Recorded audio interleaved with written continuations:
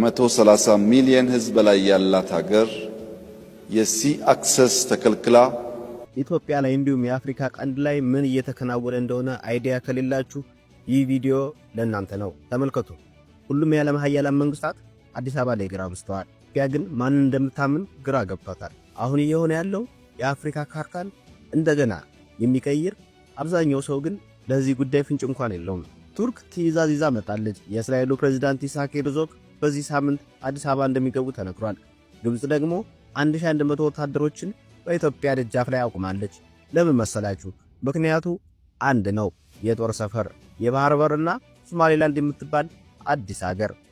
ቱርክ ለኢትዮጵያ ግልጽ ማስጠንቀቂያ ሰጣታለች። ሶማሌላንድን እውቅና ከሰጠሽ ድሮኖቻችንንና ኢንቨስትመንታችንን ታጫለሽ ይላሉ። እስራኤል ግን ሶማሌላንድን እውቅና ሰጣት፣ የጦር ሰፈር ገንብታለች። ምን ቢሉ እንደምትመለከቱት ሶማሌላንድ ከየመን ትይዩ ስለሆነች እስራኤል እዚያ ሆና የየመኑን ሁቲ አማጽያን በቅርብ ርቀት ለመቆጣጠርና ቀይ ባህርን ለመጠበቅ ትፈልጋለች። በዚህ ደግሞ 130 ሚሊዮን ሕዝብ ይዛ የባህር በር የሌላት ኢትዮጵያ አለች።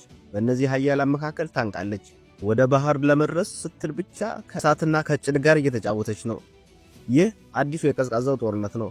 ታሪኩን ለሌሎች እንዲደርስ ላይክና ሼር አድርጉላቸው።